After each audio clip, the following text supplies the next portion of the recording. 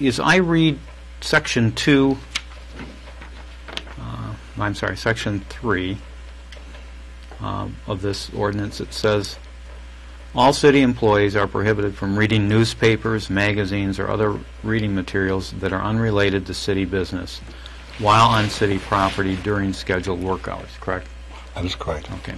And then in the same order, you also tell them they can't even have it with them. They can't store it. That is correct. Okay. How do they know, is there some definition in here that talks about what you mean by related to city business? I think the average person that we have here would understand that statement. Okay. What did you understand it to mean? I understood it to mean that wait on customers and take care of city business and forget things you can do home at night. Okay. Now, if there was something that had to do with city business, would it be okay for the person to bring the paper on site to work? If it related to city business, it would be all right. But you didn't really define that. In other words, I thought I did. Okay.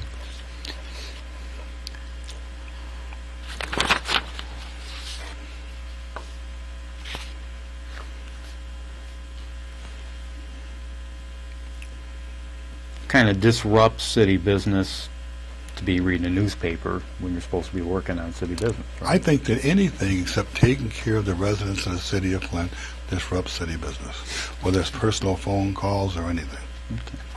Okay. Didn't I see you on the news station with a person by the name of Jim Kirchner going into Hurley Hospital trying to bring the press into Hurley Hospital during working hours? I did, yes. Okay. Did you think that was disruptive to the business of the hospital? I don't think so, no. Why not? Why would it be? Well, you were bringing a media person on site and trying to talk to people about things that were unrelated. No, we weren't trying to talk to people. We were trying to talk to John Coleman to prove a point that he was never at work. Okay. Did you have authority from the people that were operating the hospital to do that? I don't need authority. Why is that? I'm the one that appoints the Hurley Hospital Board. I control the Hurley Hospital. Okay. So you think you had the power to fire the entire board if you wanted to? If I wanted to. Okay. Just place an objection as to the relevancy of this line of questioning. And the relevance is it would appear to me that that kind of a practice would be as disruptive as reading a newspaper during working hours. I don't think so. Why not? No, when you take and you have people that you're paying that never come to work, I think that's the disruptive part, not taking care of the taxpayers and being paid for it. Why were you bringing the press with you? To prove a point. And that point was, That a person gets paid and he's never there. So you wanted the public to know? I want everybody to know. Okay. The purpose of bringing the press was to let the general Just public exactly what I said. let everyone know. That's correct. Okay.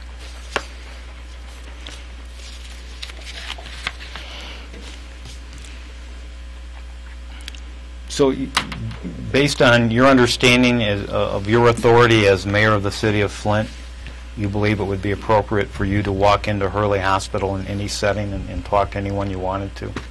I think I have that authority. Okay.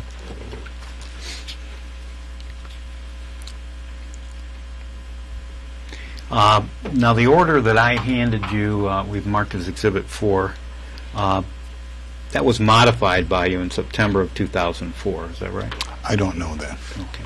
Do you recall making an announcement that you would allow newspapers in the City Hall cafeteria? No, we did put newspapers in the City Hall cafeteria. If somebody wanted to read something in their lunch break or their coffee break, we had no problem with that. Okay. And you announced that in September of 2004, is that correct? See, I'm not sure of that. Okay. Do you recall telling the people of the press that you were going to allow people to have it in the cafeteria, and in fact you bought 5 free presses? We used to buy papers every day for down there, right?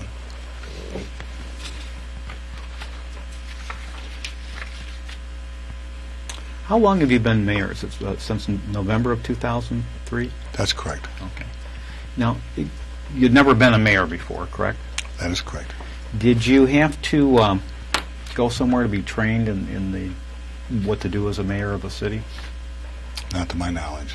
Okay. So, Did you take any training? Did you seek out any training on what you might? I had training all my life how to really run a business. This is a $70 million business. And last year we come in probably $3.7 million under budget. I'm very qualified to be the mayor of the city, more than anyone in the past has been. Okay. So you're saying that because you were a businessman, you believe that you had the training necessary to operate? Forget the part as a businessman. I said, through my years of experience, I have the knowledge what is good for this city and what isn't good for this city. And this is why you'll see that I paved more streets, tore more houses down than anybody ever dreamed of in the past. Okay. You say through your years of experience, what experience are you referring to?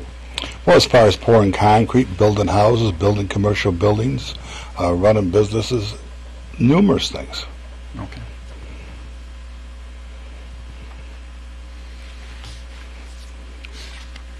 And because of that, you didn't feel it was necessary to seek out any kind of educational program about how to run a major city? Well, I would say just objection relevancy. For one, he's the duly elected mayor of this city, and I don't know of any qualification. He's I'm not. school. I wouldn't even contest that he has to have it. I'm just.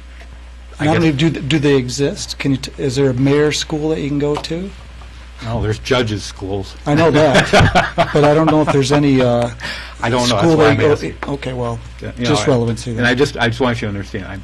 I'm not saying that that's a requirement to be elected. I'm just curious. I know. I understand that. Okay.